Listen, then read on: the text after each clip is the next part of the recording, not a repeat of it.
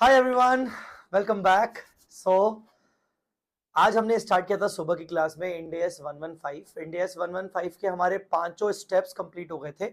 Last का portion बचा हुआ था सम स्पेशल एरियाज, और इसके अलावा हमारे क्वेश्चंस बचे हुए थे। क्वेश्चन भी आधे से ज्यादा हो चुके हैं और जितने भी क्वेश्चंस बचे हैं वो डिस्कस करने हैं। तो चलिए एक काम करें, क्या हम पहले सारे के सारे एरियाज, जो स्पेशल एरियाज और दुनिया भर की चीजें बची हुई हैं, कॉन्सेप्चुअल पार्ट पहले वो कंप्लीट कर लेते हैं, फिर लाइन लाइन से क्वेश्चन सॉल्व कर लेंगे। ठीक है, ठीक है, चलिए। जो भी बच्चे अभी अवेलेबल हैं प्लीज चैट पर आ जाइए, एक बार लाइक कर लीजिए लेक्चर को, और चैट पर आके आप बताइए कि आप अवेलेबल हैं कि नहीं, कौन कौन बच्चा अवेलेबल है।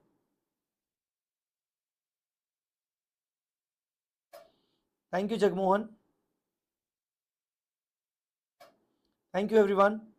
अभिषेक, प्राची, हर्षिता, बुलबियर, शीला, शिल्पी, हनिका, देवाशीष, विकास, और भी अगर बच्चे हैं, बहुत सारे बच्चे दिख रहे हैं वैसे लाइव, और भी बच्चे हैं तो प्लीज प्लीज प्लीज आ जाइए। कुणाल, कुणाल भाई क्या है, क्या हाल है।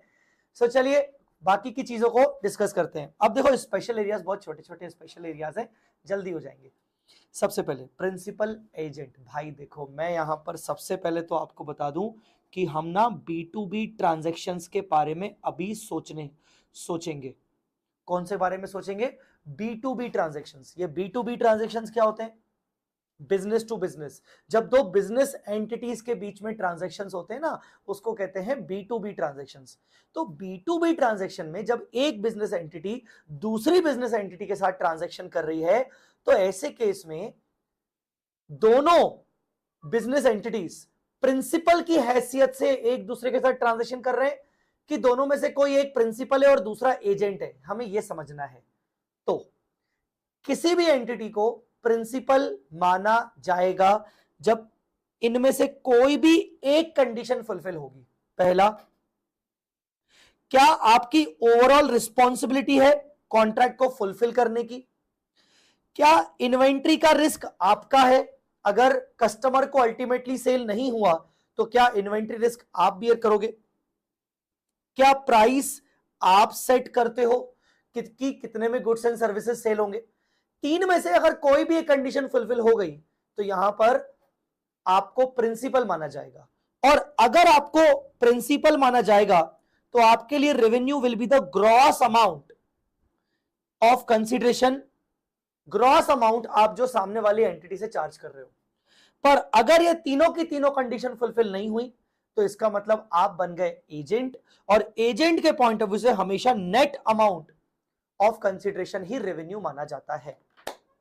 एग्जाम्पल के तौर पर बात करते हैं वी स्मार्ट और उसके फ्रेंचाइज सेंटर्स। ठीक है, वी स्मार्ट और उसके franchise centres. So V Smart के बिहाफ पर फ्रेंचाइज सेंटर्स क्लासेस सेल कर रहे हैं स्टूडेंट्स को। अब देखो, स्टूडेंट्स को वो लोग भले क्लासेस सेल कर रहे हैं, वो लोग अमाउंट चार्ज कर रहे हैं, हो सकता है उनका प्राइस डिस्क्रिप्शन सेट करने का प्राइस उनका खुद का हो, मे बी, ठीक है ना। मान लीजिए वी स्मार्ट ने उनको बोल दिया कि भाई आप तो हमें बताओ बल्क में कितने ऑर्डर्स आप लोगे, हम उतनी किताबें आपको बेचेंगे, ठीक है ना।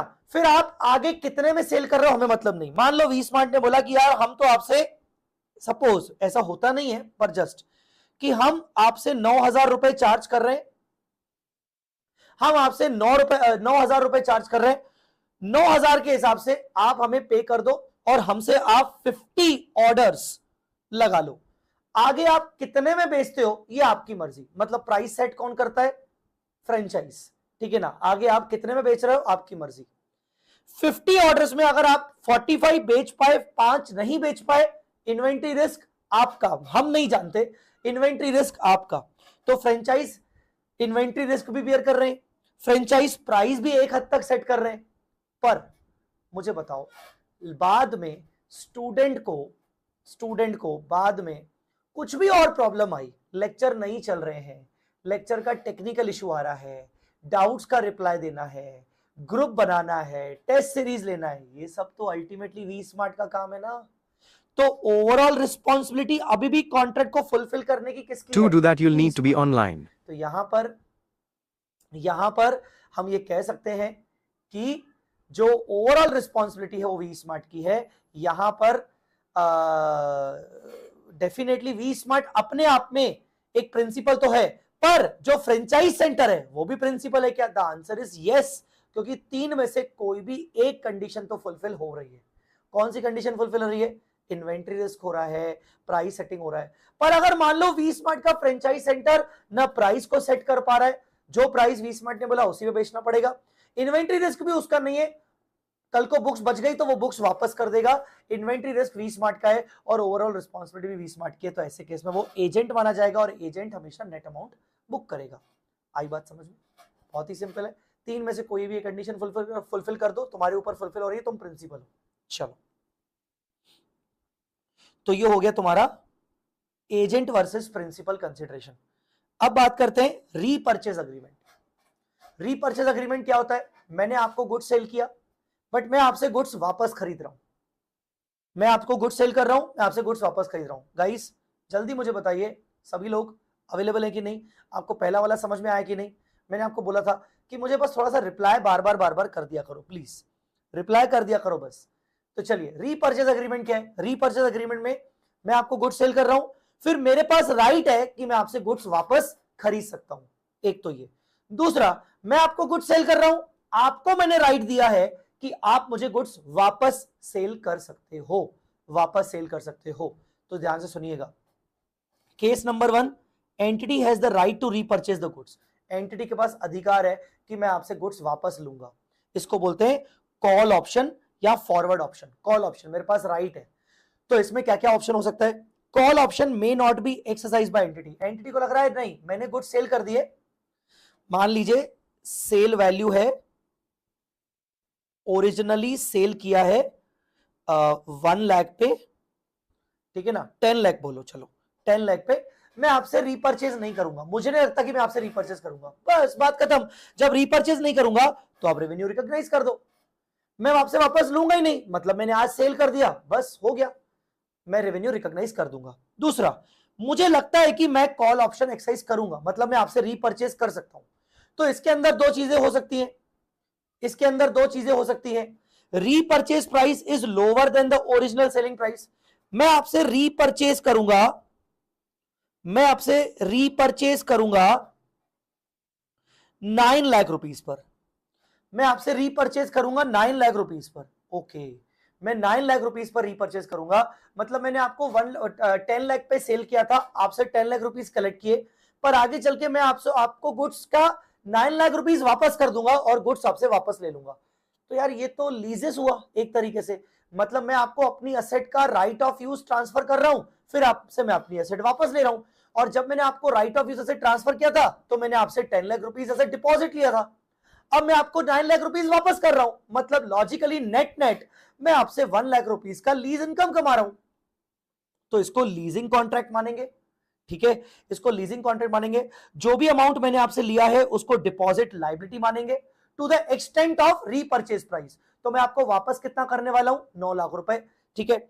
बाकी बैलेंस अमाउंट को मैं इनकम रिकॉग्नाइज करूंगा। बाद में अगर मान लीजिए मेरा मन बदल गया कि नहीं मैं रीपर्चेज नहीं कर रहा हूं, तो जो डिपॉजिट लायबिलिटी बुक की थी उसको रेवेन्यू मान लूंगा। तो क्या एंट्री पास करेंगे? आइए यहां पर एंट्री पास करते हैं। Bank account debit 10 lakh, to liability 9 lakh, to deferred income, to deferred income 1 lakh, to deferred income 1 lakh. बाद में ये लायबिलिटी को रिवर्स करके रीपे कर देंगे जब मैंने रीपर्चेज किया, या फिर इस लायबिलिटी को रिवर्स करके रेवेन्यू में बुक करेंगे अगर मेरा रीपर्चेज करने का मन बदल गया। बोलो जी, आया समझ में कि नहीं? तो इस 1 लाख को क्या मानोगे? Deferred income. कितने साल में बुक करोगे? जितना पीरियड है। सर पीरियड अगर फिक्स नहीं है तो जो एक्सपेक्टेड पीरियड है उस एक्सपेक्टेड पीरियड में डेफर्ड इनकम बुक करेंगे। आई बात समझ में? दूसरा, रीपर्चेज प्राइस इक्वल टू और higher than original selling price. Repurchase price equal to और higher than original selling price. एक सेकेंड मैं यहां पर बना लेता हूं। तो बेसिकली ओरिजिनल प्राइस क्या था? 10 लाख, और repurchase price 11 lakh. Repurchase price 11 lakh, मतलब मैंने आपको अपना असेट दिया, 10 लाख रुपए आपसे लिए, फिर कुछ टाइम बाद मैं आपसे अपना असेट ये वापस ले लूंगा और आपको 11 लाख रुपए दूंगा, मतलब एक तरीके से मैंने आपसे लोन उठाया था। ओके, ये एक फाइनेंशियल अरेंजमेंट है, ये एक फाइनेंस एग्रीमेंट है ना। ये क्या हुआ, फाइनेंस एग्रीमेंट, मतलब मुझे लोन की जरूरत थी, इसीलिए मैंने अपनी एसेट आपको एज अ सिक्योरिटी पर दे दी और अब मैं आपसे अपनी एसेट वापस लेना चाह रहा हूं और लोन का अमाउंट रीपे कर रहा हूं, तो मैं अमाउंट आपसे जो कलेक्ट किया था 10 लाख का उसको लोन मानूंगा, bank account debit to loan 10 lakh. जब कंसीडरेशन को लोन मान लिया, बात खत्म हो गई। जब रीपे करूंगा तो इंटरेस्ट इनकम बुक हो, इंटरेस्ट एक्सपेंस बुक होगी, तो इंटरेस्ट एक्सपेंस मतलब फाइनेंस कॉस्ट बुक किया जाएगा। अगर मैंने रीपर्चेज का इरादा बदल दिया, मैं रीपर्चेज नहीं कर रहा हूं, मतलब 10 लाख रुपीस की जो लोन लायबिलिटी मैंने बुक की थी और जो मैंने फाइनेंस कॉस्ट बुक किया था उसको रिवर्स करके रेवेन्यू बुक कर दूंगा, सिंपल। बोलो बेटा, आया समझ में? आई होप आपको समझ में आ गया होगा। बहुत ही सिंपल से एग्जांपल रहते हैं इसके, एमसीक्यूज वगैरह में आ सकता है।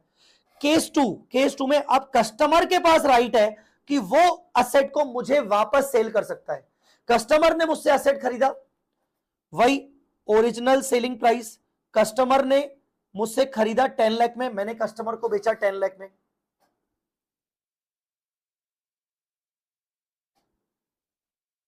नहीं बेटा, main product Prachi, main product, ठीक है, मेन प्रोडक्ट की बात चल रही है, स्क्रैप की बात नहीं चल रही, नहीं तो वो अलग अलग कॉन्ट्रैक्ट हो जाएंगे, ठीक है, वो अलग अलग कॉन्ट्रैक्ट हो जाएंगे। ओरिजिनल सेलिंग प्राइस मैंने बेचा 10 लाख में और कस्टमर को मैंने ऑप्शन दिया कि तुम चाहो तो मुझे बेचो, मैं खरीद लूंगा, मेरी ऑब्लिगेशन है खरीदने की।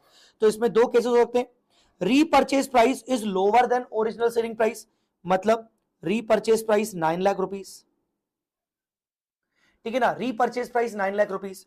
तो यहां पर customer will not get any economic incentive in exercising the put option. मैंने कस्टमर को बोल दिया तुम मुझे बेचोगे, मैं तुमसे 9 लाख में खरीदूंगा। कस्टमर मुझे क्यों बेचेगा?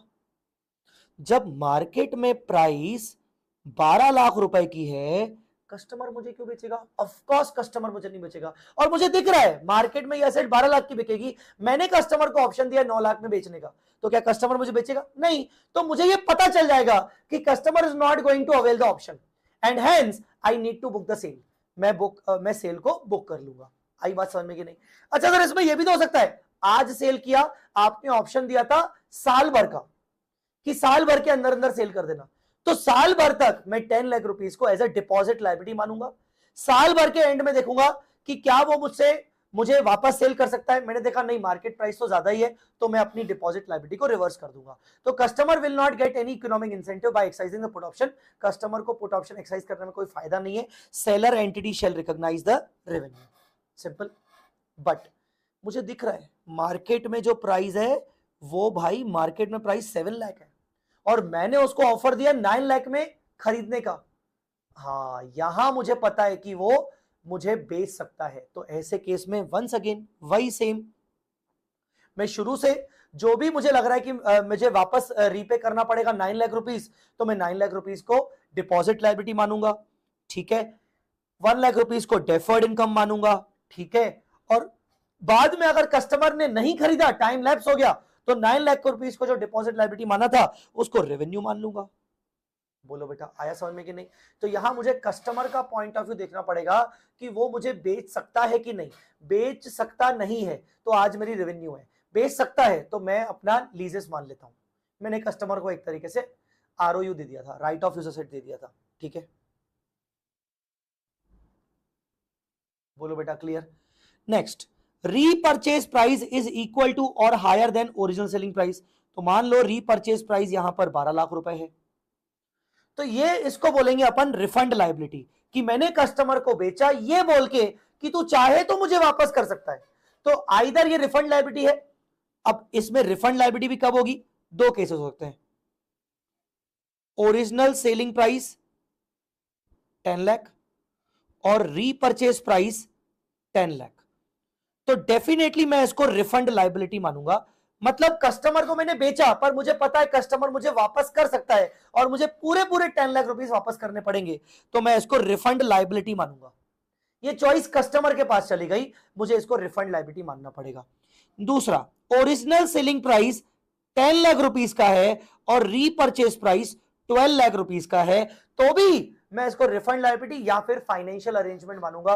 मैं मानूंगा कि मुझे कस्टमर को 12 लाख रुपए वापस करने पड़ रहे हैं, मतलब मैंने 10 लाख रुपए का लोन लेके 2 लाख रुपए का इंटरेस्ट बियर किया और 12 लाख रुपए रीपे कर दिए, तो treat it as a refund liability. जितना पोर्शन पता है कि रिफंड नहीं होगा उसको रेवेन्यू मान लो, जितना पोर्शन पता है रिफंड होगा उतने के गुड्स को अपनी इन्वेंट्री मानते रहो। ठीक है, तो ये हो गया आपका रीपर्चेज अग्रीमेंट। बताइए सबको क्लियर है कि नहीं?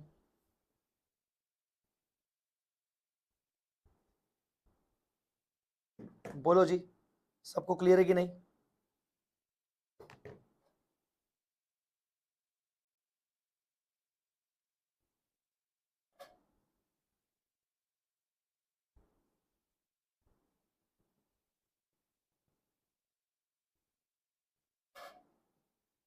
सबको क्लियर हुआ?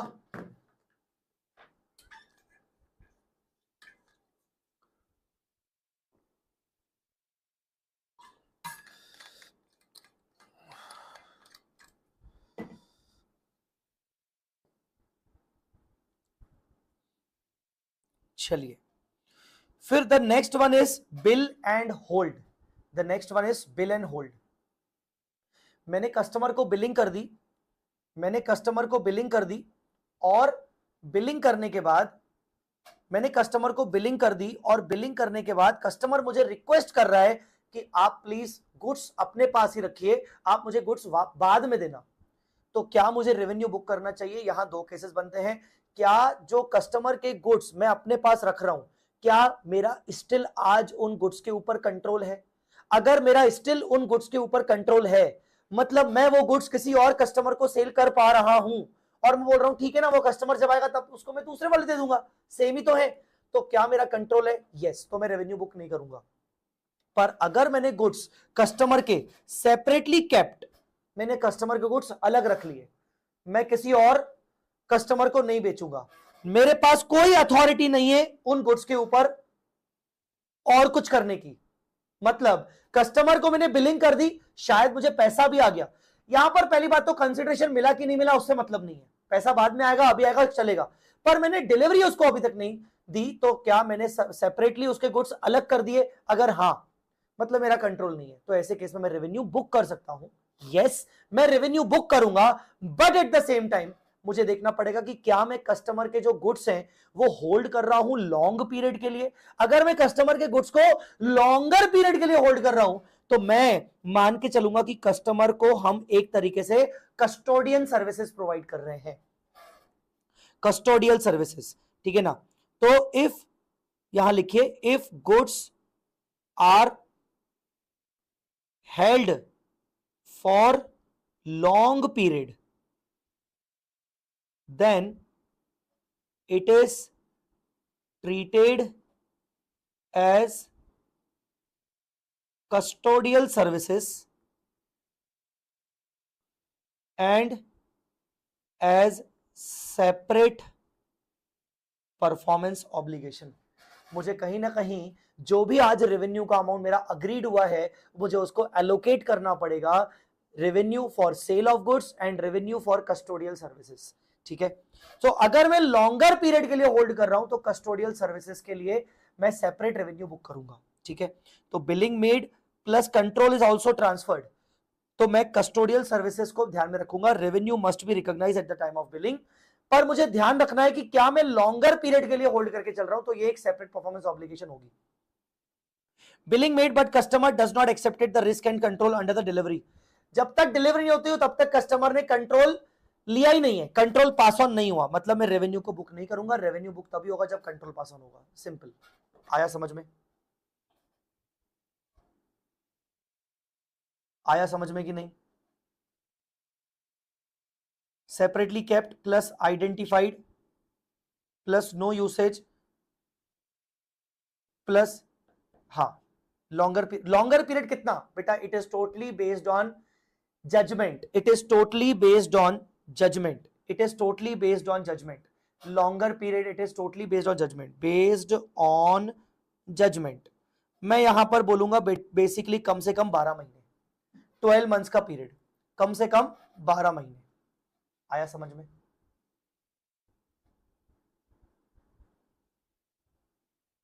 क्लियर?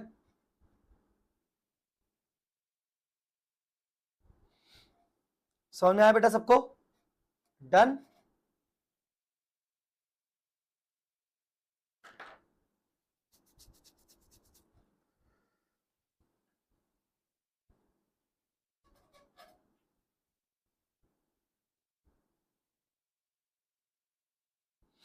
चलिए अगला पॉइंट पढ़े, अगला पॉइंट पढ़े।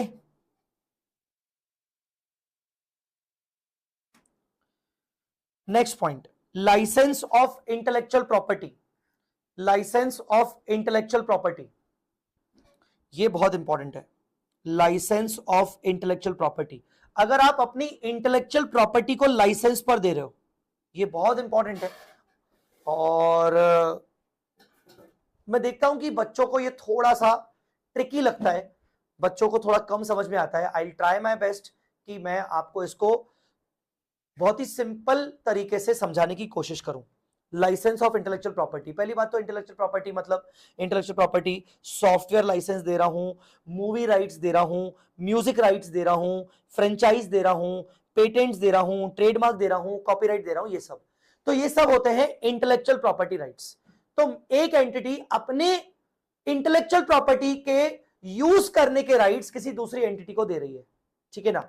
ये राइट्स दो टाइप से होते हैं, इसको कहते हैं आइदर राइट टू एक्सेस या फिर इसको कहते हैं राइट टू यूज। अब इन दोनों में फर्क है, इन दोनों में फर्क है। एक होता है राइट टू एक्सेस, अगर आप राइट टू एक्सेस करते हो तो इसका मतलब आपको revenue over the time book करना चाहिए, आपको रेवेन्यू बुक करना चाहिए ओवर द टाइम, जितना भी कॉन्ट्रैक्ट पीरियड है। पर अगर आप राइट टू यूज देते हो तो आपको रेवेन्यू बुक करना चाहिए eight a point in time. अब ये दोनों में फर्क क्या है? बहुत ही सिंपल है, बहुत ही सिंपल है। देखो जी,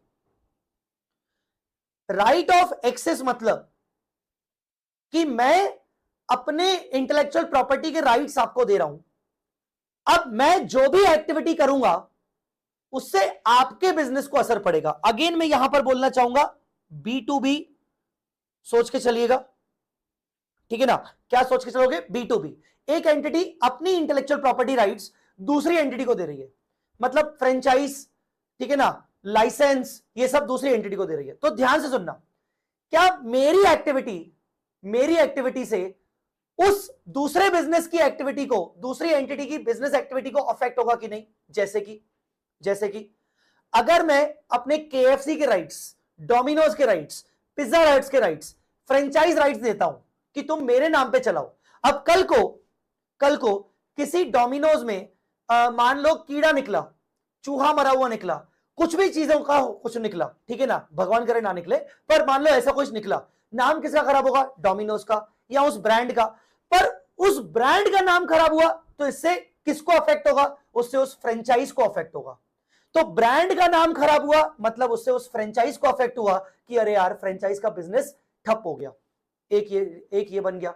दूसरा जैसे अभी करंटली क्रिकेट टीम के प्लेयर कौन है? करंटली क्रिकेट टीम के प्लेयर है विराट कोहली, रोहित शर्मा, ऋषभ पंत, ठीक है ना, जसप्रीत बुमराह।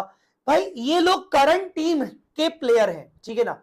तो ये लोग जो भी एड वगैरह करते हैं, इनका इमेज है। अगर मान लो ये टीम अच्छा चलेगी तो ये जो भी एड करेंगे, पब्लिसिटी करेंगे, जो भी प्रोडक्ट को प्रमोट करेंगे, कहीं ना कहीं वो प्रोडक्ट बिकेगा।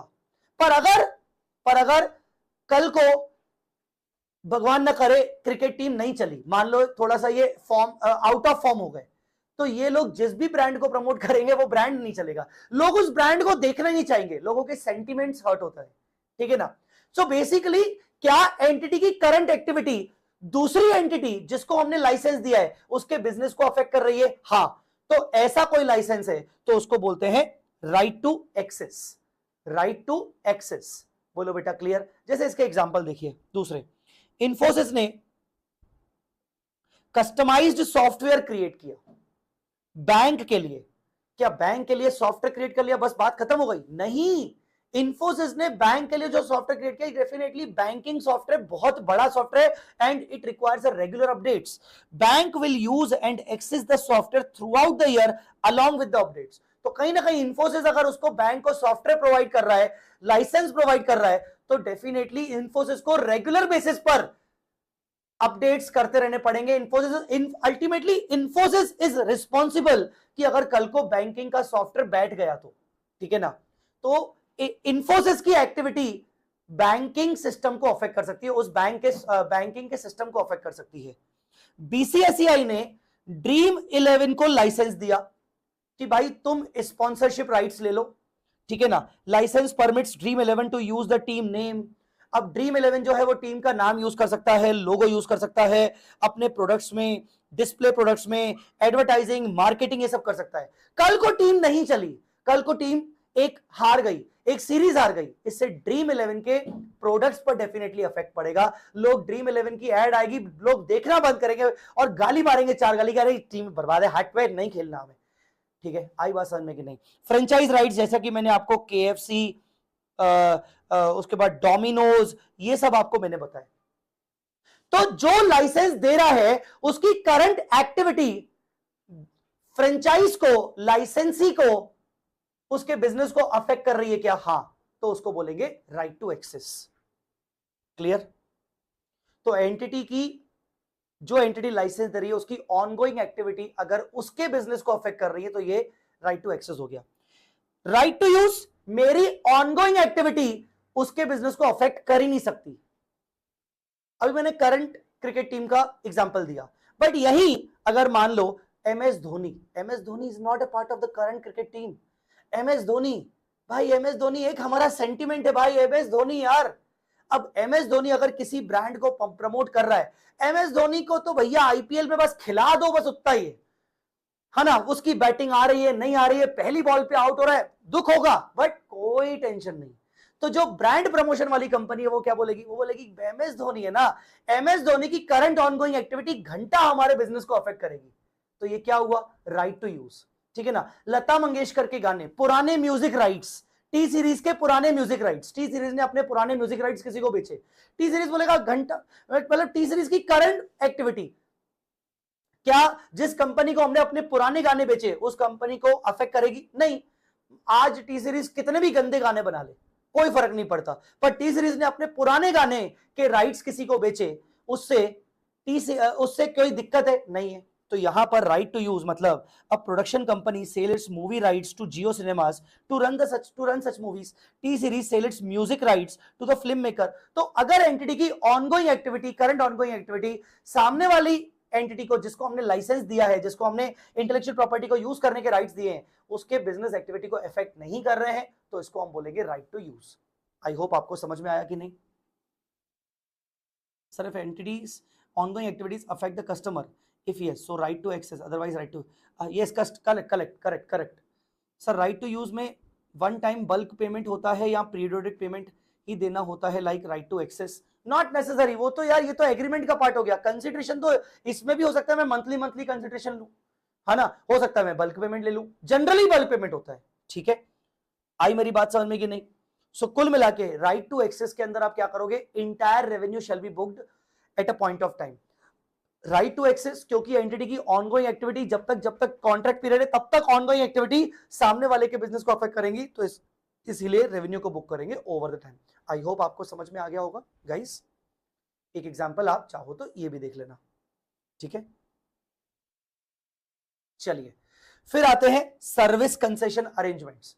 सर्विस कंसेशन अरेंजमेंट्स क्या है? सर्विस कंसेशन अरेंजमेंट बेसिकली यहां पर एक गवर्नमेंट है, ठीक है ना, गवर्नमेंट क्या कर रही है? ग्रांट कर रही है, ग्रांटर है, government granted licence to operator. Government ने एक पब्लिक प्रॉपर्टी बनाने का लाइसेंस किसी प्राइवेट कंपनी को दिया, प्राइवेट कंपनी को आप बोलोगे ऑपरेटर, और उसको मेंटेन करने के राइट्स भी दिए। तो गवर्नमेंट एक पब्लिक प्रॉपर्टी बनवा रही है किसी प्राइवेट कंपनी से, और प्राइवेट कंपनी को वो पब्लिक प्रॉपर्टी बनाना है और बनाने के बाद उसको मेंटेन करना है, ठीक है ना। जैसे रोड, जैसे टोल रोड्स वगैरह। नाउ जो पब्लिक प्रॉपर्टी बन रही है वो कौन बना रहा है? ऑपरेटर, मतलब प्राइवेट एंटिटी जो इंडियस 115 लगाएगी। तो क्या प्राइवेट एंटिटी वो जो पब्लिक प्रॉपर्टी बना रही है, क्या वो उसको पीपी बुक करेगी? The answer is no, not at all. asset created under this contract is not a PPE for the operator entity, it is a public property। तो in any way operator entity वो asset बना तो रही है पर वो public property है, तो वो उसको अपना PPE नहीं मानेगी। तो करना क्या है? यहां पर सबसे पहले ऑपरेटर एंटिटी कंस्ट्रक्शन का खर्चा बियर कर रही है, कंस्ट्रक्शन का खर्चा बुक कर रही है, वो कंस्ट्रक्शन के खर्चे को वो डेफर एंड अमोर्टाइज करेगी। क्या करेगी? कंस्ट्रक्शन के एक्सपेंस को वो डेफर एंड अमोर्टाइज करेगी ओवर द कॉन्ट्रैक्ट पीरियड। मेरी पहली बात समझ में आ गई कि नहीं? ऑपरेटर एंटिटी जो कंस्ट्रक्शन का खर्चा कर रही है, रोड बना रही है, जो भी पब्लिक प्रॉपर्टी बना रही है, उसका जो भी कंस्ट्रक्शन का खर्चा आएगा वो over the period of contract defer and amortise करेगी। ठीक है, अब कंस्ट्रक्शन ये जो ऑपरेटर एंटिटी है, इसको रेवेन्यू कैसे जनरेट होगा, इसको कंसिडरेशन क्या मिलेगा? तो आइदर इसको फिक्स कंसिडरेशन मिल सकता है, या तो इसका जो कंसिडरेशन होगा वो वेरिएबल होगा, मतलब इसके पास right to collect the toll charges from public होगा, कि आप डायरेक्टली पब्लिक से चार्जेस कलेक्ट करिए, आप टोल रोड बनाइए, उसको मेंटेन करिए और आप पब्लिक से चार्जेस कलेक्ट करिए। दो तरीके से कॉन्ट्रैक्ट हो सकता है, आइदर आपको हम फिक्स अमाउंट देंगे, गवर्नमेंट आपको फिक्स अमाउंट देगा, या तो फिर आप डायरेक्टली टोल चार्जेस पब्लिक से कलेक्ट करिए, 50% अपने पास रखिए, 50% गवर्नमेंट को दे दीजिए। तो यहां पर रेवेन्यू दो तरीके से हो सकता है, फिक्स या वेरिएबल। अगर फिक्स है कंसिडरेशन, अगर फिक्स है तो यहां पर फिक्स कंसिडरेशन है तो हम फाइनेंशियल असेट बुक करेंगे एज पर इंड AS 109। मान लो 10 साल तक मुझे फिक्स अमाउंट ऑफ कंसिडरेशन मिलेगा, तो 10 साल का प्रेजेंट वैल्यू, फिक्स अमाउंट का present value will be my financial asset. Entry होगी financial asset account debit to revenue. जो कंस्ट्रक्शन कॉन्ट्रैक्ट मैंने जो कंस्ट्रक्शन एक्सपेंस बुक किए टू बैंक, और कंस्ट्रक्शन एक्सपेंस को हम P&L में अमोर्टाइज करेंगे, इसको डेफर एंड अमोर्टाइज करेंगे। बोलो जी, आया समझ में कि नहीं? बोलो जी, आया समझ में कि नहीं?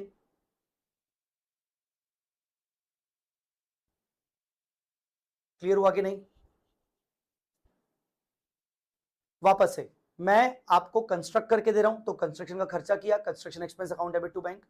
Once the construction is done, अब मैं उसको अमोर्टाइज करूंगा P&L में ओवर द कॉन्ट्रैक्ट लाइफ। ठीक है, फिर मेरा अगर अमाउंट ऑफ कंसिडरेशन फिक्स है, मुझे हर साल 500 करोड़ 500 करोड़ 50 करोड़ 50 करोड़ 50 करोड़ 50 करोड़ उसका प्रेजेंट वैल्यू पे मैं आज फाइनेंशियल एसेट बुक करूंगा, रेवेन्यू बुक कर दूंगा। अब इस फाइनेंशियल एसेट को मैं इंड AS 109 के हिसाब से अमोर्टाइज्ड कॉस्ट में ले जाऊंगा, अमोर्टाइज्ड कॉस्ट मेथड में ले जाऊंगा। इसके ऊपर मैं फाइनेंस इनकम बुक करूंगा, financial asset account debit to finance income. और जब मुझे amount of consideration fix consideration मिलेगा तो एंट्री करूंगा bank account debit to financial asset. बोलो जी, डन। मुझे बोला गया कि नहीं, आप पब्लिक से पैसा कलेक्ट करो, पब्लिक से पैसा कलेक्ट करो। फिर भी कंस्ट्रक्शन एक्सपेंस तो मैं कर ही रहा हूं। जब मैं कंस्ट्रक्शन एक्सपेंस कर रहा हूं तो ये एंट्री तो सेम ही होगी। मैंने कंस्ट्रक्शन एक्सपेंस किया, उसको डेफर किया और P&L में अमोर्टाइज करूंगा over the life of the contract. But अब मुझे पब्लिक से चार्ज करने का राइट मिला है, तो ये तो हो गया आपको राइट टू एक्सेस। ये क्या हो गया? Right to access. बेसिकली मेरे को एक लाइसेंस मिल गया ना, मुझे इंटेलेक्चुअल प्रॉपर्टी मिल गई, मुझे इंटेलेक्चुअल प्रॉपर्टी मिल गई, मुझे लाइसेंस मिल गया। अब मैं उस लाइसेंस को as an intangible asset fair value पे रिकॉर्ड करूंगा, एंट्री बुक करूंगा intangible asset account debit to revenue fair value. मुझे basically licence to collect the toll charges मिल गया for the next 10 years 12 years 15 years. तो मैं उसको आज इंटेंजिबल एसेट को फेयर वैल्यू बुक करूंगा। ये पहली इनकम मेरी हो जाएगी intangible asset account debit to revenue, क्योंकि इसको पाने के लिए मैंने ऊपर जो खर्चा किया है और जब मैं अब इसको रिकॉर्ड कर रहा हूं तो इसका क्रेडिट इफेक्ट मेरा रेवेन्यू हो जाएगा। इंटेंजिबल एसेट को मैं अलग से अमोर्टाइज करूंगा, ठीक है, और जब जब मैं टोल चार्जेस कलेक्ट करूंगा वो मेरी सेपरेट इनकम मानी जाएगी bank account debit to revenue. मतलब मेरी दो रेवेन्यू होंगे, यहां पर भी मेरे दो रेवेन्यू होंगे। पहला रेवेन्यू जो मैंने फाइनेंशियल एसेट बुक किया टू रेवेन्यू करके, और दूसरा फाइनेंस इनकम। यहां पर भी मेरे दो रेवेन्यू होंगे, एक तो मैंने इंटेंजिबल एसेट रिकॉर्ड किया फेयर वैल्यू पे तो वो वाला रेवेन्यू, और जब आगे चल के मैं टोल चार्जेस कलेक्ट करूंगा तो मेरा वो वाला रेवेन्यू। मेजरली मेरा रेवेन्यू यही है। एक्चुअली मैं जो ये वाला रेवेन्यू बुक कर रहा हूं वो तो आगे चल के अमोर्टाइजेशन एक्सपेंस के फॉर्म में कहीं ना कहीं रिवर्स भी हो जाएगा। ठीक है, चलिए मुझे बताइए आया समझ में कि नहीं? इसको बोलेंगे सर्विस कंसेशन अरेंजमेंट्स। बोलो बच्चों, क्लियर हुआ कि नहीं?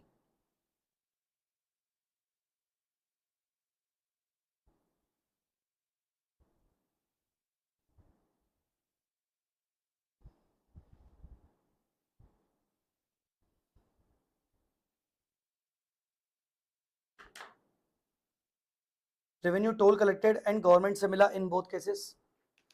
टोल कलेक्टेड एंड गवर्नमेंट से मिला, दोनों केसेस हो सकते हैं।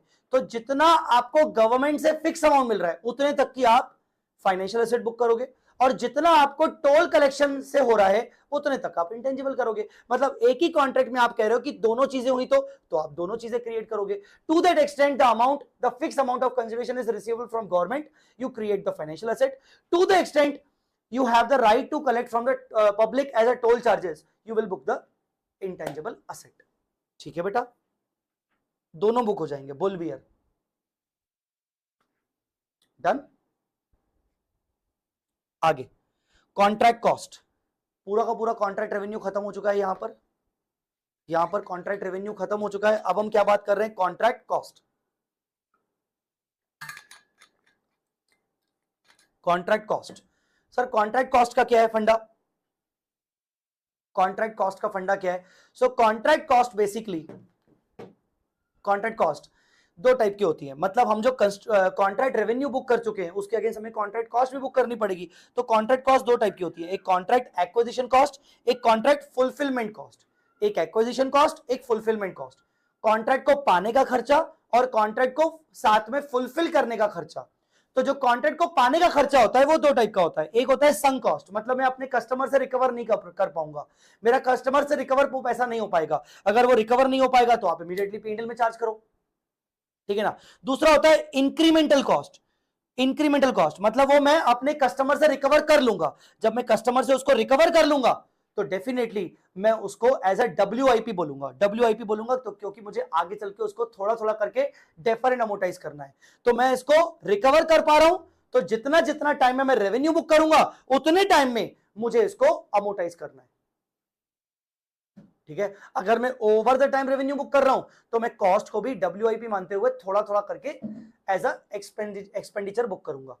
तो संक कॉस्ट P&L में क्योंकि रिकवर नहीं कर सकते। इंक्रीमेंटल कॉस्ट अगर मैं कॉन्ट्रैक्ट ऑब्टेन करने के लिए कोई खर्चा कर रहा हूं जो मैं कस्टमर से रिकवर कर लूंगा तो मैं उसको WIP मानते हुए amortise over the contract period करूंगा, ठीक है। WIP बोलो बेटा, क्लियर? ठीक है sir, if there is any borrowing cost relating to SCA service concession arrangement से रिलेटेड बोरोइंग कॉस्ट है तो आप बोरोइंग कॉस्ट का सर क्या करोगे? बोरोइंग कॉस्ट को अगर मैं बोलूं तो बोरोइंग कॉस्ट को या तो मैं इंटेंजिबल एसेट की कॉस्ट में यहां पर उसको कैपिटलाइज कर दूंगा, ठीक है, या तो मैं उसको अलग से कैपिटलाइज करके जैसे मैं ये डेफर एंड अमोर्टाइज कर रहा हूं वैसे मैं उसको भी डेफर एंड अमोर्टाइज करूंगा, ठीक है। अब आते हैं कॉन्ट्रैक्ट फुलफिलमेंट कॉस्ट। कॉन्ट्रैक्ट को साथ में फुलफिल करने का खर्चा।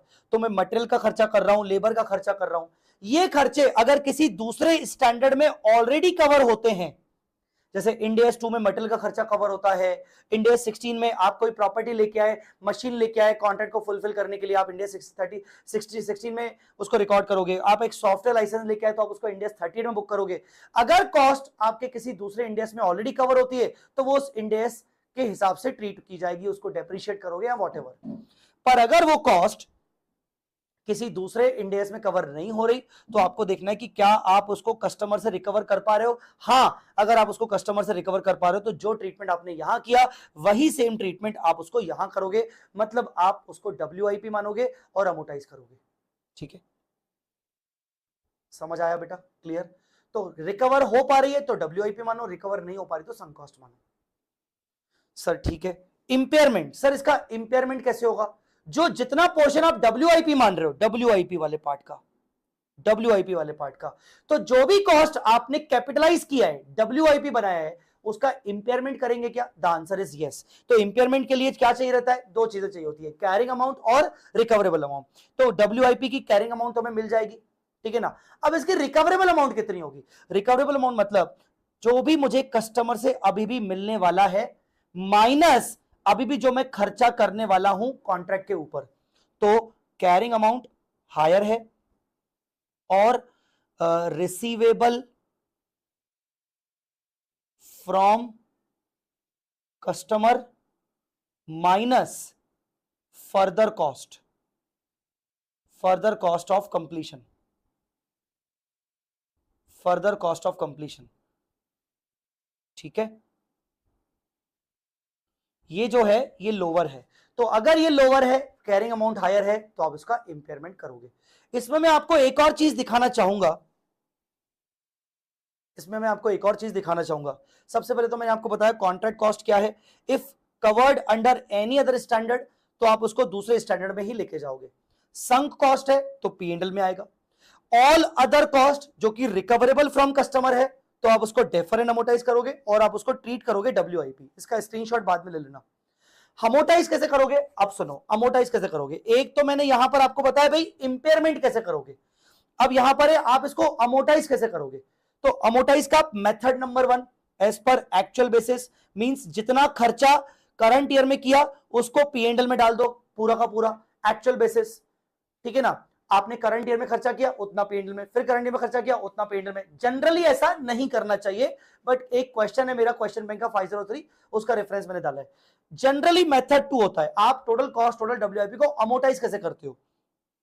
तो टोटल एस्टिमेटेड कॉन्ट्रैक्ट कॉस्ट, आपको क्या लगता है आप ओवरऑल खर्चा कितना करोगे, multiply by percentage of progress, वही परसेंटेज ऑफ प्रोग्रेस जो आपने रेवेन्यू के लिए परसेंटेज निकाला हुआ है।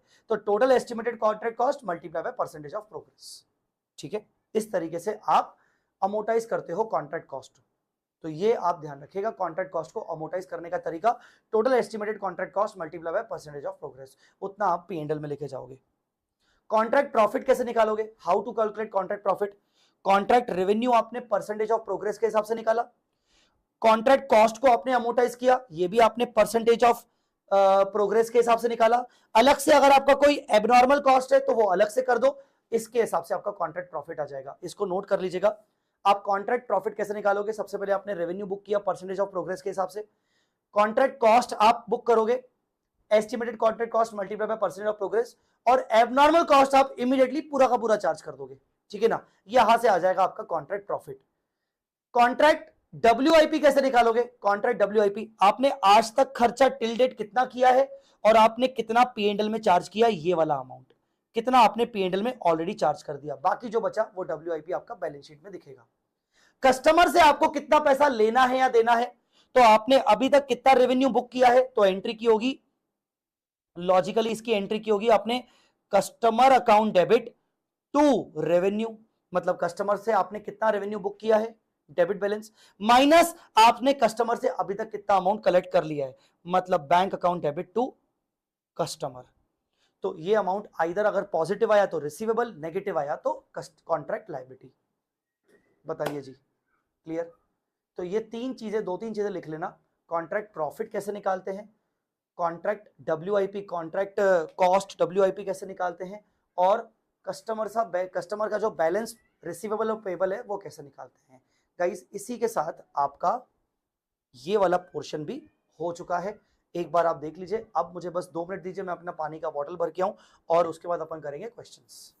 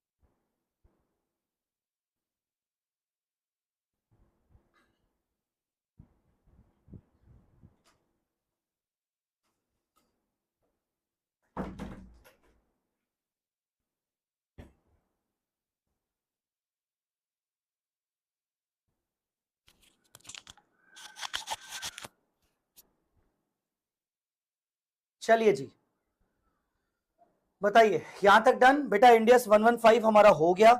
क्वेश्चंस का टाइम आ गया है, क्वेश्चंस कर लेते हैं एक बार। जो मस्ट डू कैटेगरी के क्वेश्चंस है उसको एक बार मैं आपको करवा लेता हूं।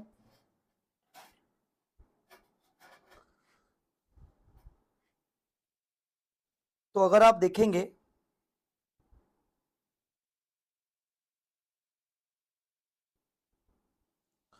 यहां से मस्ट डू कैटेगरी के क्वेश्चन शुरू हुए थे।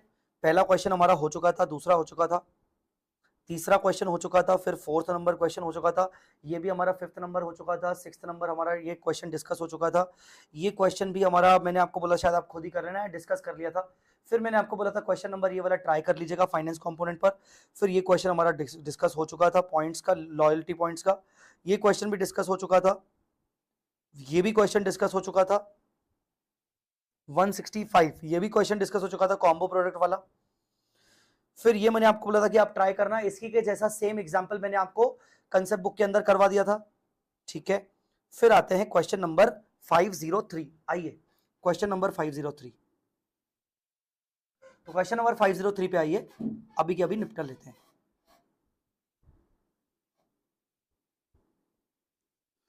Entity has a fix fees of rupees 1 million, 1 million मतलब 10 lakh, to develop a product that meets the specified performance criteria.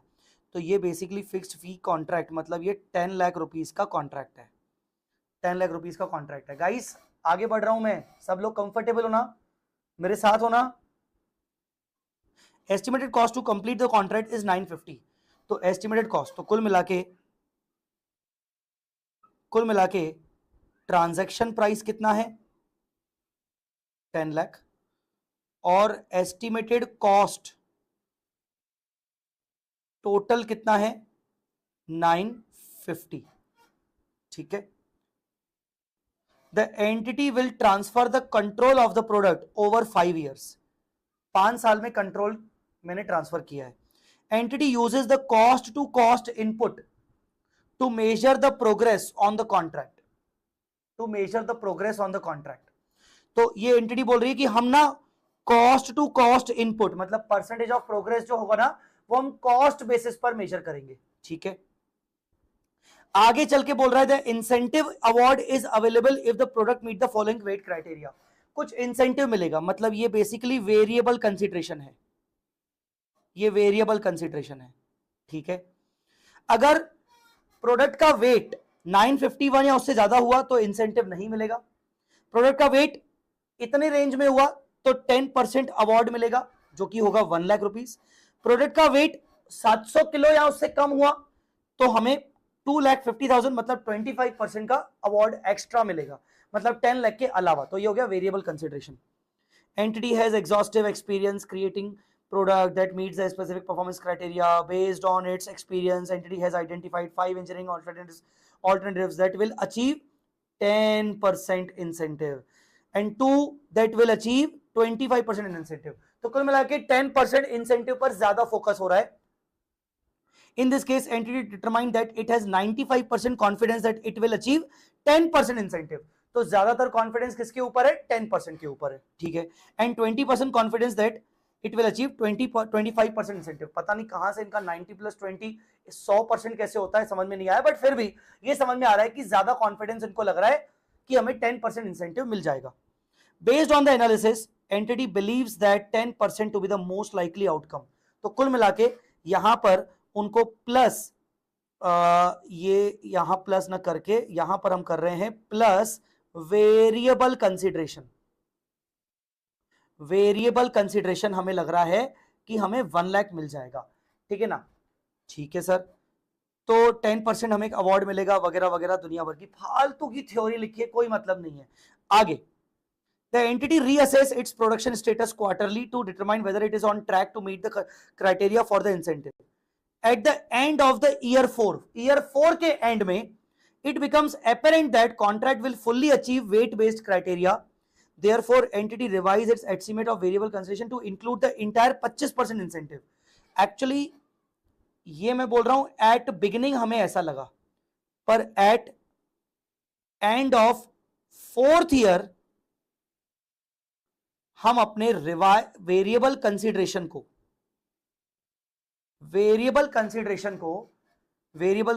को रिवाइज कर रहे हैं, और अब हमें लग रहा है कि हमें 250 मिलेगा at the end of 4th year, ठीक है। Evaluate the impact of changes in variable consideration when the cost incurred is as follow. तो ये कॉस्ट हुआ है। अब कॉस्ट अगर ये हुआ है तो इसके बेसिस पर आप परसेंटेज ऑफ प्रोग्रेस भी निकाल सकते हो, ठीक है। तो हम सबसे पहले क्या निकालेंगे, सबसे पहले हम निकालेंगे working note number 1, percentage of progress, percentage of progress. तो परसेंटेज ऑफ प्रोग्रेस कैसे निकालेंगे भाई, first year, second year, third year, fourth year, fifth year. तो भाई 50 डिवाइडेड बाय 950 इंटू 100, तो ये हो गया 5.26। दूसरा 50 + 175 डिवाइड बाय 950, ये हो गया 2368, ठीक है। फिर उसके बाद 50,175 और 4 लाख डिवाइडेड बाय 950, तो ये हो जाएगा 65.80 अप्रोक्सीमेटली। 50,175, 4 लाख 275 डिवाइडेड बाय 950, तो ये हो जाएगा 94.74, 94.74, और ये हो गया 100%। ये परसेंटेज ऑफ प्रोग्रेस निकल गया बेस्ड ऑन कॉस्ट, ठीक है। आया समझ में? अब अपन रेवेन्यू कैसे बुक करेंगे? रेवेन्यू रिकॉग्निशन, तो ये फर्स्ट ईयर, ये सेकेंड ईयर, ये थर्ड ईयर, चौथे साल से पहले तक का कितना कितना कैसे कैसे रेवेन्यू बुक करेंगे, ठीक है। हम यहां बोलेंगे टोटल ट्रांजैक्शन प्राइस कितना है, 11 लाख। 11 लाख कैसे आया? Contract price 10 lakh plus variable consideration 1 lakh at the beginning, ठीक है। तो यहां पर हमें रेवेन्यू कितना बुक करना चाहिए? रेवेन्यू क्यूमुलेटिव कितना होना चाहिए? क्यूमुलेटिव, तो बेसिकली हम बोलेंगे भाई 11 लाख इंटू 5.26% कितना आया? 57,860।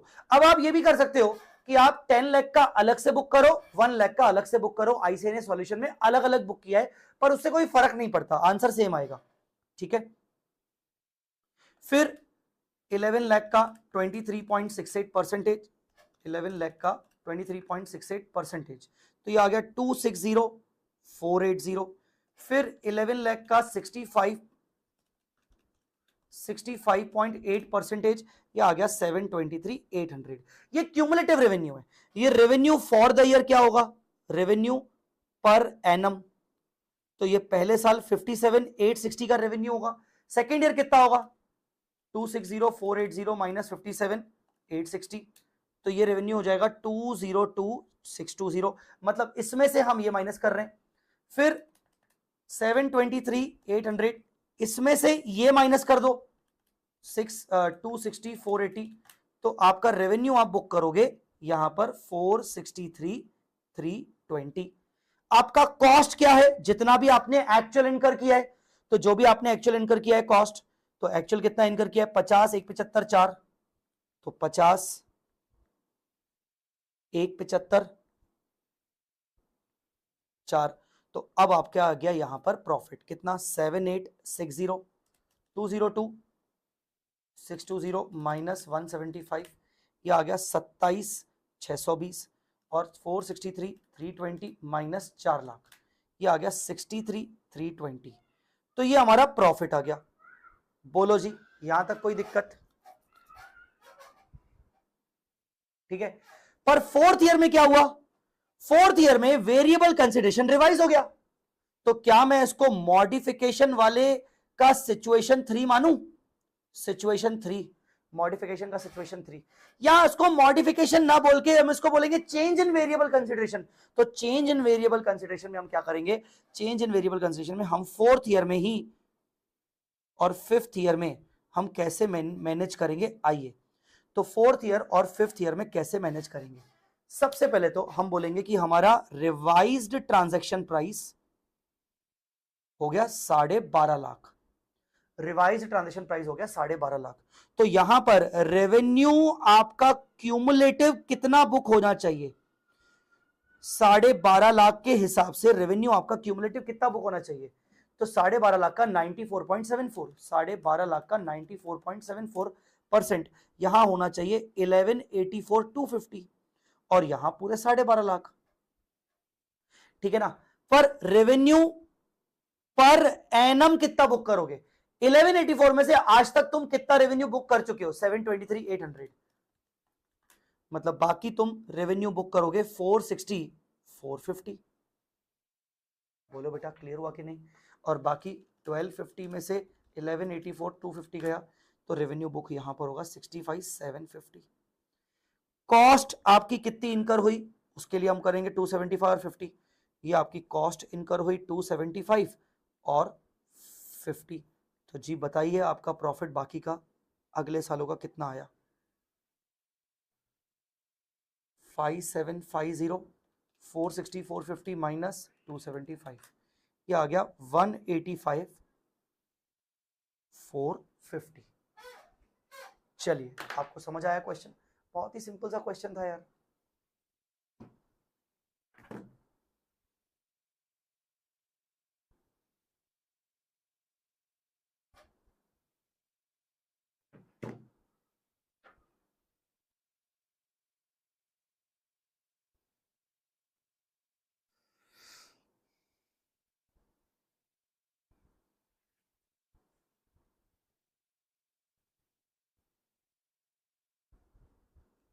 आईसीआई का सॉल्यूशन कॉम्प्लिकेट कर दिया।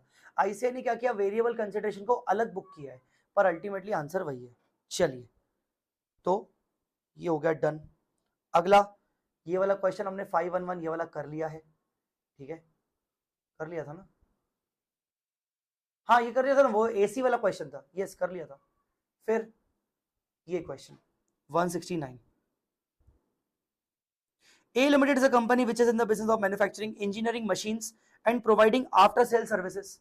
Company entered into a contract with Mr. Anik to supply and install a machine, namely model PI.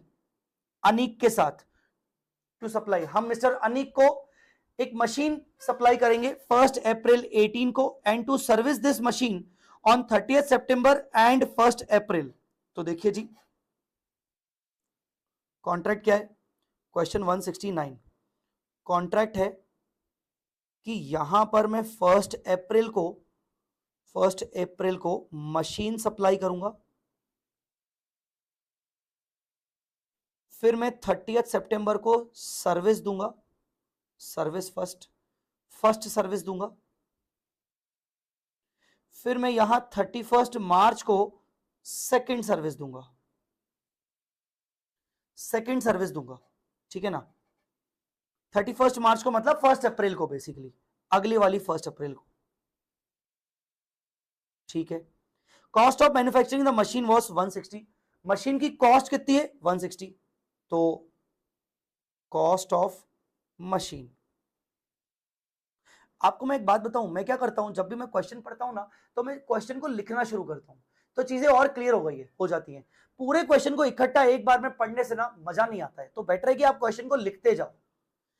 It is possible for the customer to purchase both the machine model PI and maintenance service separately, मतलब there are 2 performance obligation, साफ साफ दिख रही हैं, एक machine और एक maintenance service, 2 अलग अलग परफॉर्मेंस ऑब्लिगेशन है। Mister Anik is contractually obliged to pay ₹4 lakh on 1 अप्रैल 19। भाई साहब ध्यान से देखो, पेमेंट कब मिलेगा? पेमेंट यहां मिलेगा, payment will be received here. तो यहां पर मैं आपको बताऊं, 3 परफॉर्मेंस ऑब्लिगेशन है, एक मशीन सप्लाई, दूसरी सर्विसेज और तीसरी फाइनेंस कंपोनेंट। कहीं ना कहीं मैं मिस्टर अनिक से मशीन का पैसा, सर्विस 1 का पैसा, सर्विस 2 का पैसा और जो 1 साल का उसने मुझे लेट पेमेंट किया उसका फाइनेंस इनकम इकट्ठा करके लूंगा। So there are 3 different performance obligation, ठीक है। The prevailing rate for 1 year credit granted to trade customer in the industry is 5% per 6 months. अच्छा, तो इंटरेस्ट का रेट क्या चल रहा है? इंटरेस्ट रेट 5% पर 6 मंथ, ठीक है। आगे, as per the experience the service of the machine model PI to Anik is expected to cost 30,000 for the first service and 50,000 for the second service. अब cost of service first 30,000, second 50,000, ये उसकी cost आ गई, ठीक है।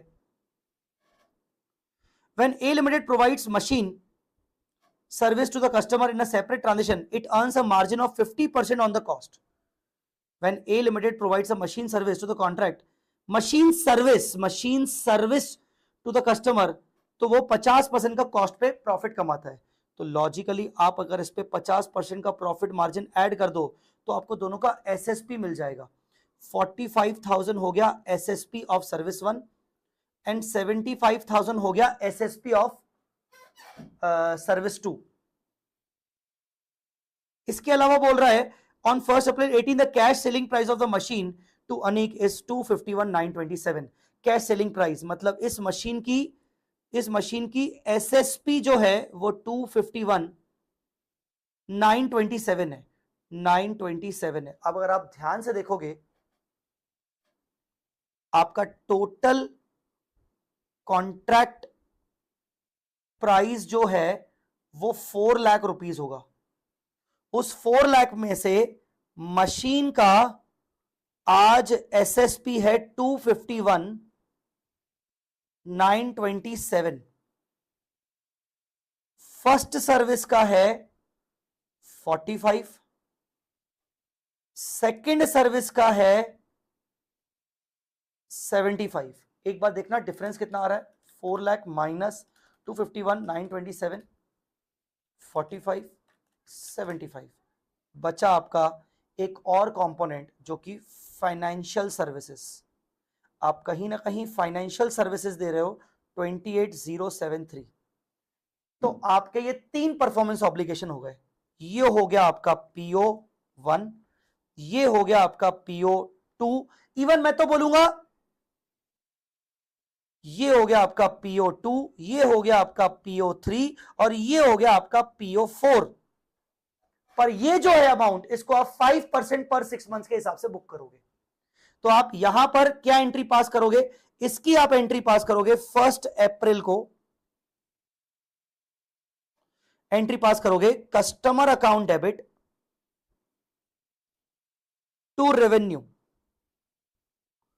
251,927, 251,927। फिर आप इसकी entry pass करोगे again customer account debit to service revenue 45,000। ये पहली एंट्री, ये दूसरी एंट्री। अब 5% पर 6 मंथ का इंटरेस्ट रेट है, तो आप इसके ऊपर 5% निकालोगे।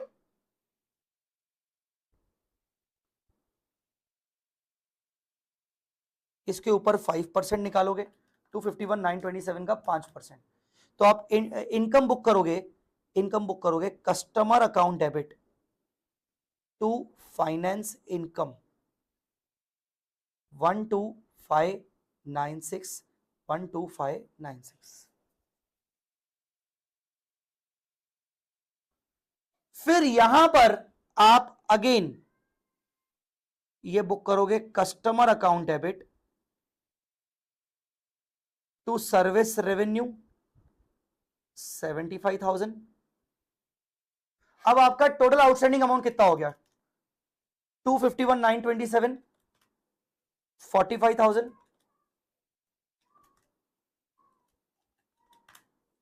12596 और 75,000। ये हो गया 384,523। तो अब आप लास्ट एक निकालोगे 384,523 का 5%, 19,226। नहीं 384 नहीं आ रहा रे, 251,927, 45, 75,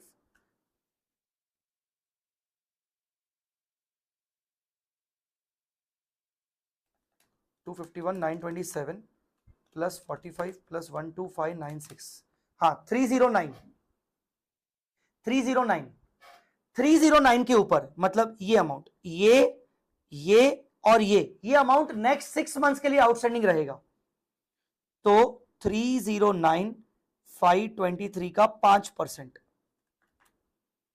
ये हो जाएगा 15,476। एंट्री करोगे customer account debit to finance income इतने अमाउंट से। और फिर फाइनली आपको 1 अप्रैल को अमाउंट मिल जाएगा bank account debit to customer 4 lakh. Bank account debit to customer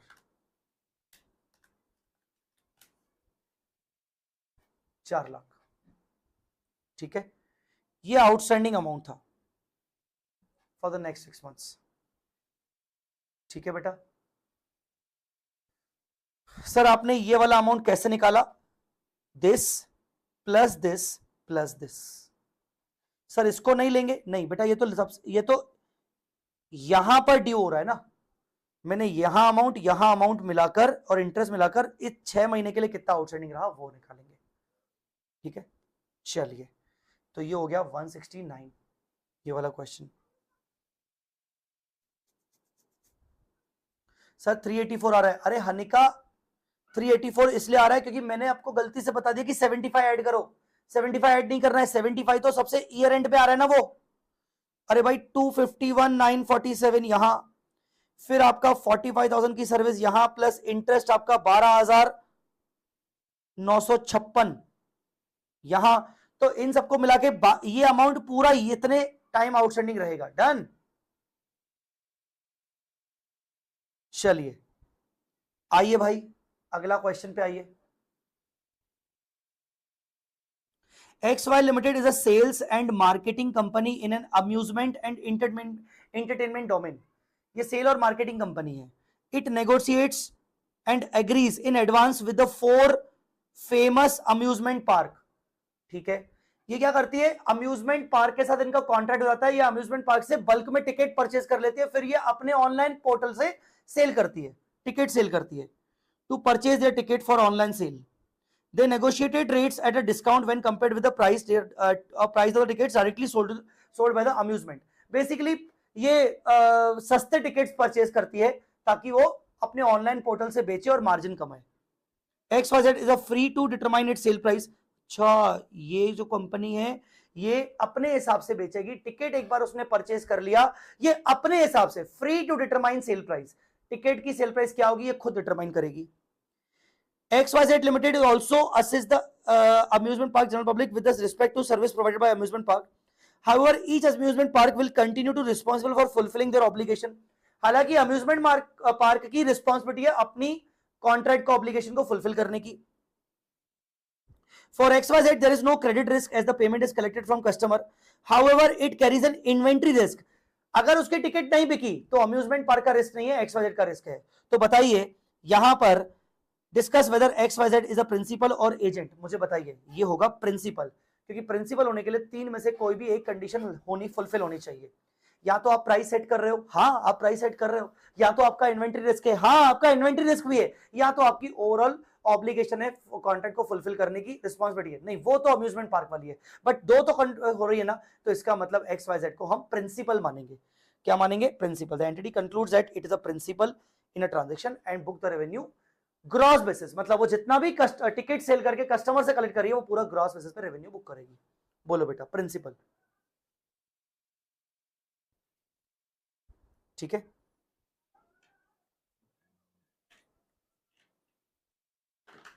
question number 171 same question है, नवंबर 20 का एयरलाइन टिकट। हाँ same same same airline ticket वाला यही क्वेश्चन है, एयरलाइन टिकट वाला यही क्वेश्चन है।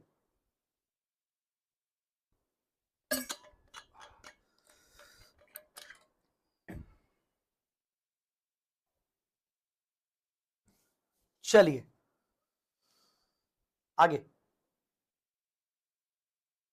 Sports team D enters into a 3-year agreement to license its team name, logo to the apparel maker M. अरे ये वही BCCI वाला मैंने अभी एग्जांपल दिया। BCCI ने ड्रीम 11 के साथ कॉन्ट्रैक्ट कर लिया, वो बोल रही है कि टीम का नाम, लोगो वोगो सब यूज करो अपने अपैरल पे, अपने कपड़ों पे।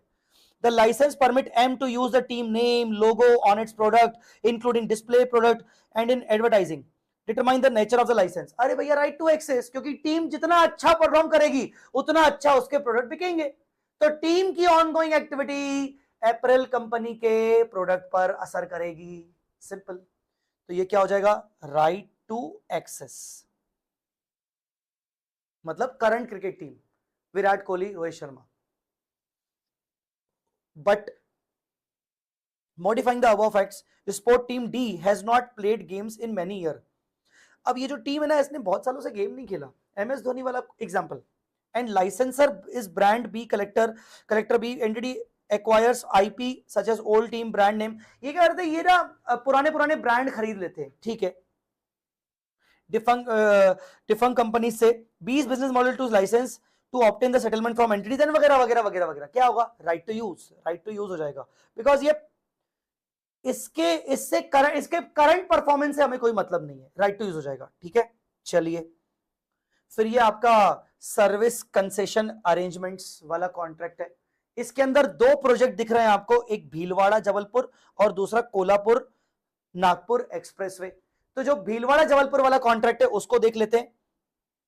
Company has commenced the construction of project in the current year, incurred the total expense of 50 crore. तो ये contract construction account, construction expense account debit to bank under I GAAP, मतलब पुराने एएस के अकॉर्डिंग वो क्या करते थे, the company recorded such expense as intangible asset. नहीं नहीं नहीं, गलत है। Total expense estimated to be incurred on the project is 100 crore. तो बेसिकली 172। तो बेसिकली जो प्रोजेक्ट 1 है आपका, एंट्री क्या होगी, construction expense account debit to bank. जब जब होगा 50 करोड़ 50 करोड़, ये फर्स्ट ईयर में, फिर सेकेंड ईयर में बाकी का 50 करोड़ 50 करोड़, ठीक है, 50 करोड़, क्योंकि पूरा कॉस्ट क्या है 100 करोड़, ठीक है। फिर आप इस कंस्ट्रक्शन एक्सपेंस को अमोर्टाइज करोगे, इसको क्या करोगे, डेफर एंड अमोर्टाइज। अब देखो समझो बात को, चाहे फाइनेंशियल एसेट क्रिएट हो चाहे इंटेंजिबल एसेट क्रिएट हो, इसका ट्रीटमेंट सेम होगा। Fair value of the construction service is 110, ठीक है।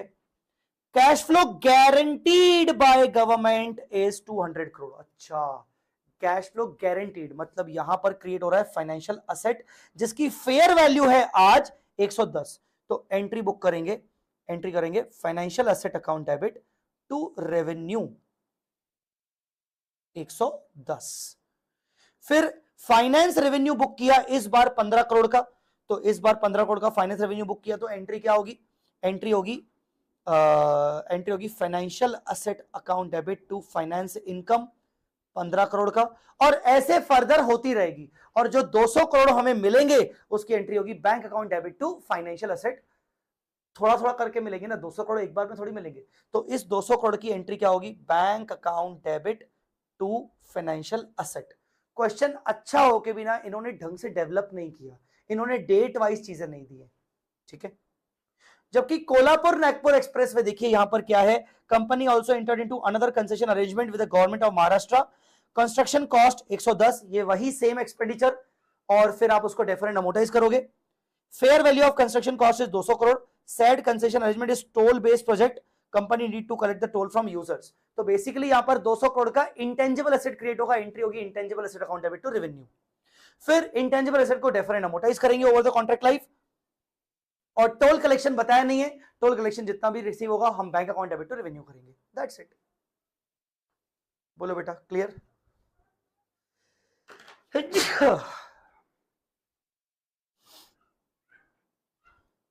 आइए, cost, customer outsource its information technology data centre. Customer हमें अपना इंफॉर्मेशन टेक्नोलॉजी डेटा सेंटर देता है, हम उसका ये डेटा सेंटर मेंटेन करेंगे 5 साल प्लस वो 2 बार रिन्यू भी करवा सकता है 1-1 साल के लिए। ऑन एन एवरेज 7 साल का कॉन्ट्रैक्ट होता है। इसमें हमारा टोटल मिला के खर्चा 4 लाख का होता है। 4 लाख के अंदर हम उसका डिजाइनिंग का खर्चा 50,000 का, हार्डवेयर का खर्चा 140 का, सॉफ्टवेयर का खर्चा 1 लाख का, माइग्रेशन का खर्चा 1,10,000 का करते हैं। बताइए कॉस्ट का क्या ट्रीटमेंट होगा। इसमें आपको ये देखना है, ये cost to fulfil the contract है, इसमें ये देखना है कि कौन से खर्चे आपके किसी इंड AS में आ रहे हैं। तो हार्डवेयर आपका इंड AS 16 में आ रहा है, सॉफ्टवेयर आपका इंड AS 38 में आ रहा है। तो आप उन दोनों को तो वहां ले जाओगे, बाकी इसको और इसको मतलब 160 को आप WIP मानते हुए डेफर एंड अमोर्टाइज करोगे ओवर द 7 ईयर्स। तो ये देखिए 7 ईयर्स, ठीक है बेटा, डन, सिंपल सिंपल है। मैंने ये मस्ट डू क्वेश्चन लिस्ट जो बनाई हुई है, आप प्लीज मेरी बात को समझिएगा। आई एम नॉट लाइक कि मैं आपको टॉप 25 क्वेश्चन दे दूं, टॉप 50 क्वेश्चन दे दूं, टॉप 70 क्वेश्चन दे दूं, ये बोल के कि पेपर इसमें से बनेगा, नहीं। मैं एक बात तो आपको क्लियर कर दूं, जो मैंने ये 198 क्वेश्चंस दिए हैं, इसमें मेरा एक्चुअल में ये कोशिश रही है कि बच्चे से कोई कॉन्सेप्ट न छूटे। अगर 198 क्वेश्चन करके बच्चा जा रहा है तो वो ये बोल सके एग्जाम से पहले कि हाँ भाई, मेरे FR के सारे सिलेबस को मैंने कवर अप कर लिया, सारे इंडेस को मैंने कवर कर लिया, मेरे से कोई क्वेश्चन छूटा नहीं है।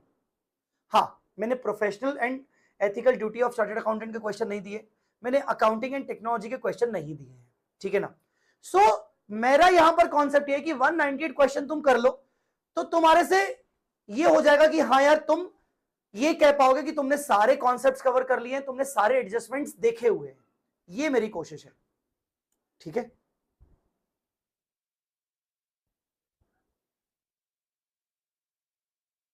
ठीक है, क्योंकि कुछ बच्चे बोल सकते हैं कि सर आप इतने इतने सिंपल सिंपल क्वेश्चंस भी आप दे रहे हो। अरे मैं इसलिए दे रहा हूं ताकि तुम कम से कम नालायक एक बार तो देख के जाओ। अगर मैं 25-50 क्वेश्चन दे दूंगा तो ये सब शायद मुझे नहीं देने चाहिए, मैं फिर इंडेस 115 में से गिनती के 4-5 क्वेश्चन ही दे पाऊंगा, पर उससे क्या होगा, ओवरऑल कवरेज नहीं हो पाएगा, है ना। हाँ, तो ये क्वेश्चन क्या कहता, ये क्वेश्चन कहता कि भाई आइडेंटिफाई करो कि ये cost incur to obtain the contract है कि नहीं। तो सबसे पहले commission paid only when the successful signing off the contract, contract मिलेगा तो ही कमीशन दूंगा। हाँ, क्योंकि कॉन्ट्रैक्ट मिलेगा कमीशन दूंगा तो मैं रिकवर कर लूंगा, तो ये डेफिनेटली रिकवरेबल है, तो कैपिटलाइज होगी। कैपिटलाइज होगी मतलब WIP ऑफ कोर्स।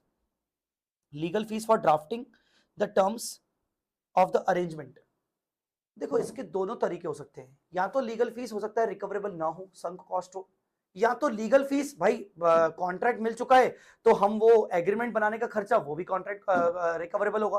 तो आप दोनों आंसर लिख सकते हो कि अगर रिकवरेबल नहीं है तो एक्सपेंस, रिकवरेबल है तो capitalise. Travel expense of a sale person pitching for a new client, अरे भैया नए क्लाइंट ढूंढने जा रहे हैं, पता नहीं मिले ना मिले, ये तो डेफिनेटली संक कॉस्ट है, ये तो डेफिनेटली संक कॉस्ट है। Salary of sale person working exclusively on obtaining a new client, again वही संक कॉस्ट है। Bonus based on quarterly sales, अब सेल हुई है तभी बोनस दे रहा हूं, इसका मतलब मैंने सेल के थ्रू रिकवर कर लिया है कस्टमर से, तो मैं इसको कैपिटलाइज कर सकता हूं, सेल के थ्रू मैंने रिकवर कर लिया है इसलिए बोनस दे रहा हूं। Commission to pay to the sales manager which is based on the contract obtained, तो बेसिकली कमीशन और कॉन्ट्रैक्ट मिल गया है मतलब मैं रिकवरी कर लूंगा, तो कमीशन को मैं कैपिटलाइज करूंगा। आया मेरी बात समझ में, आया मेरी बात समझ में। चलिए ये क्वेश्चन क्या है, ये क्वेश्चन बिल एंड होल्ड का है,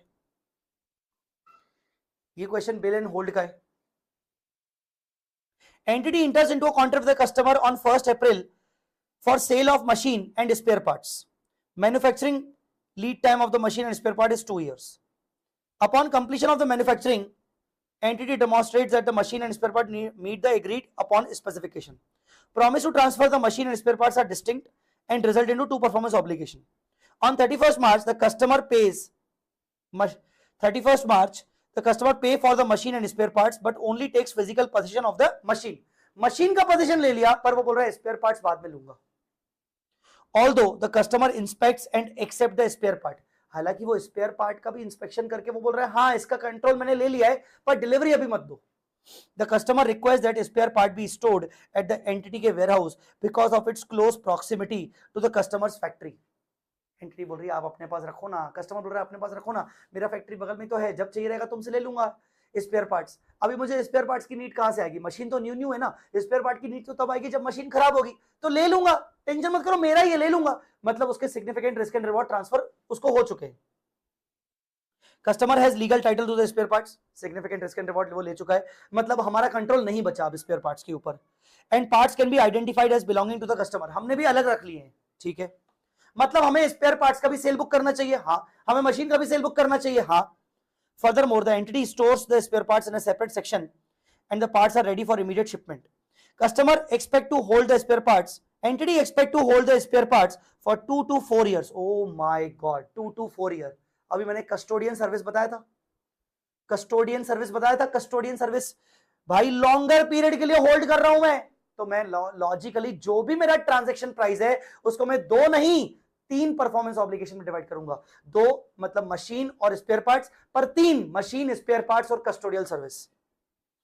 how the ability to use the वगैरह वगैरह, how the company will recognise the revenue for sale of machine spare parts, is there any other performance obligation, the answer is yes. तो यहां पर 3 performance obligation है, custodial service भी है, ठीक है, कस्टोडियल सर्विस भी है। अब वो पीरियड ऑफ 1 to 3 ईयर बोल रहा है, बेसिकली वो 2 से 4 साल बोल रहा है, तो 2 से 4 साल जो भी एस्टिमेट करके वो उसको रेवेन्यू बुक करेगा। बोलो बेटा क्लियर हुआ कि नहीं? बस आपको ये बताना है कि यहां पर 3 परफॉर्मेंस ऑब्लिगेशन है, डिस्टिंक्ट है, और बिल एंड होल्ड भी आ रहा है, हमने कस्टमर को goods and risk and reward transfer कर दिए हैं, कस्टोडियन सर्विस अलग से दे रहे हैं, तो उसको रेवेन्यू मानेंगे। ठीक है, next last question of this topic. Guys अगर जाने वाले हो तो प्लीज वीडियो को लाइक करके जाना और मुझे ओवरऑल फीडबैक जरूर बताना। Last question, Nivan limited commenced work on two long-term contracts during the financial year ended 31st March 19। दो लॉन्ग टर्म कॉन्ट्रैक्ट्स हैं।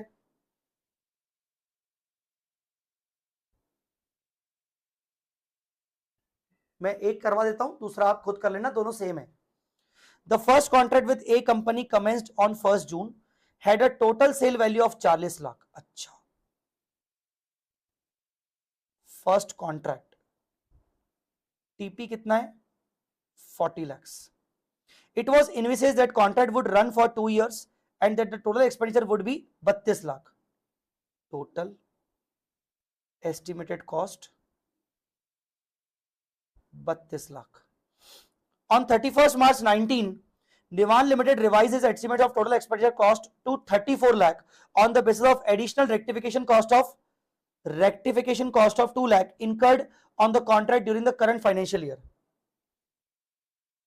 ठीक है, तो basically additional rectification cost 2 lakh. Guys आप इसको एबनॉर्मल ट्रीट कर सकते हो। इसके बाद an independent surveyor has estimated that the contract is 30% complete. Percentage of progress,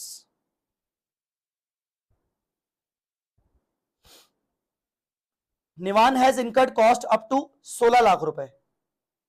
cost incurred in first year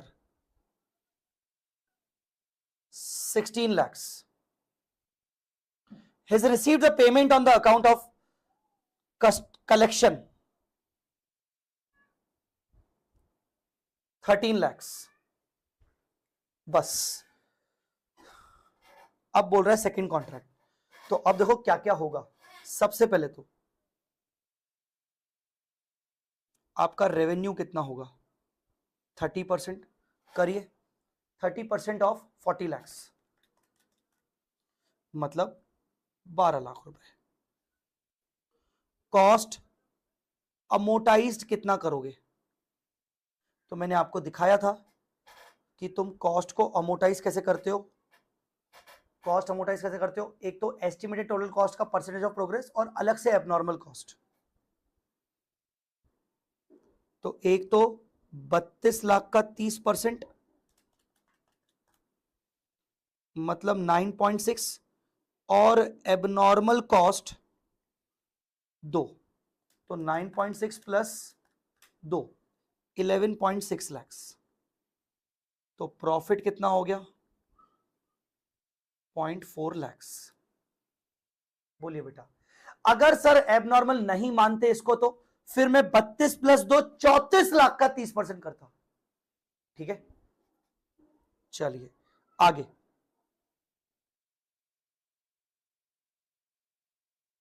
cost incurred till date 16 minus cost amortised जो कि P&L में जा रही है 11.6।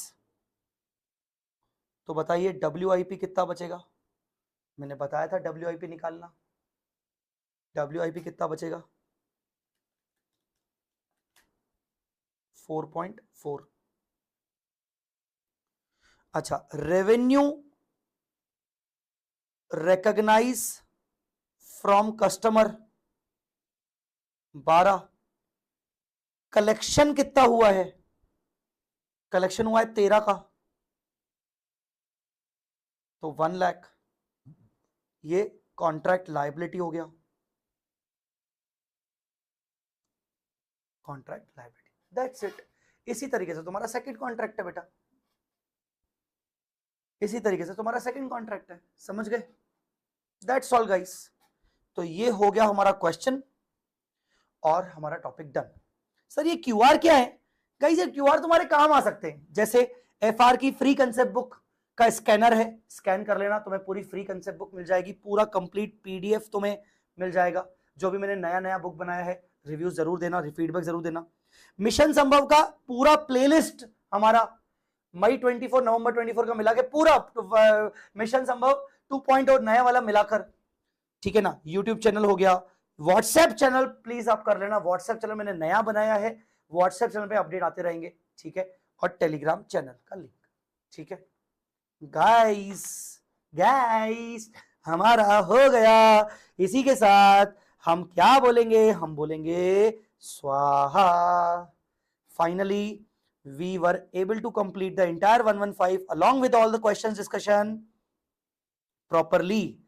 तो हमारा मस्ट डू क्वेश्चन में 115 हो गया स्वाहा। गाइस आई बिलीव जितना मेहनत मैंने आपके ऊपर किया है उससे आपको 115 में कॉन्फिडेंस भी आया होगा, आपके क्वेश्चंस भी अभी हो गए हैं, आपको मजा आया होगा, और इसी के साथ हमारा 115 हो गया है। तो सुनिए ध्यान से, सुनिएगा ध्यान से। बच्चों देखो, अब आप मुझसे यही सवाल पूछोगे कि सर आप अगला टॉपिक कब लोगे और कौन सा लोगे? तो देखिए मैंने आपको पहले ही बोला हुआ था अपने अनाउंसमेंट में कि मैं 115 business combination consolidation, financial instrument और 116 इस पे फोकस करूंगा। पर पॉइंट देखिए क्या है, अब मैंने कोई डे वाइज शेड्यूल बनाया नहीं है लॉजिकली। मैं आपको let me be very Frank, ठीक है ना। मैं यहां पर कुछ फालतू बातें ना करके अरे मैं दे दूंगा ये दूंगा, मैं आपको सीधा सीधा बताऊं, क्योंकि मेरे अभी करंट कमिटमेंट्स भी चल रहे हैं, क्लासेस भी चल रहे हैं। So what I am saying कि आप मेरे साथ व्हाट्सएप चैनल और टेलीग्राम चैनल पे अपडेटेड रहिए, मैं आपको अपने अपडेट्स वहां पर देता रहूंगा। अपना अगला लेक्चर कब होगा? आइदर 3 तारीख को या 4 तारीख को। कौन सा टॉपिक होगा? आइदर फाइनेंशियल इंस्ट्रूमेंट या फिर बिजनेस कॉम्बिनेशन कंसोलिडेशन। दोनों भी एक एक दिन में पॉसिबल नहीं है, दोनों के लिए मिनिमम मुझे 2 दिन तो लगेंगे। सो आप सिर्फ मेरे साथ टेलीग्राम पे अपडेटेड रहिए, या तो 3 तारीख या तो 4 तारीख को मैं अगले टॉपिक के लिए आऊंगा और आपको मैं टेलीग्राम पे अपडेट कर दूंगा और व्हाट्सएप चैनल पे अपडेट कर दूंगा, ठीक है। बस इसी के साथ मैं यहीं पर आज का सेशन यहीं पर ओवर कर रहा हूं। अगर अभी तक लेक्चर को लाइक नहीं किया है तो लेक्चर को लाइक जरूर करना और अपना फीडबैक मुझे जरूर देना।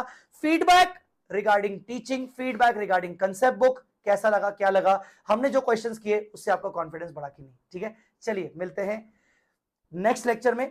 B updated on my WhatsApp channel and Telegram channel. Bye bye, take care, love you all.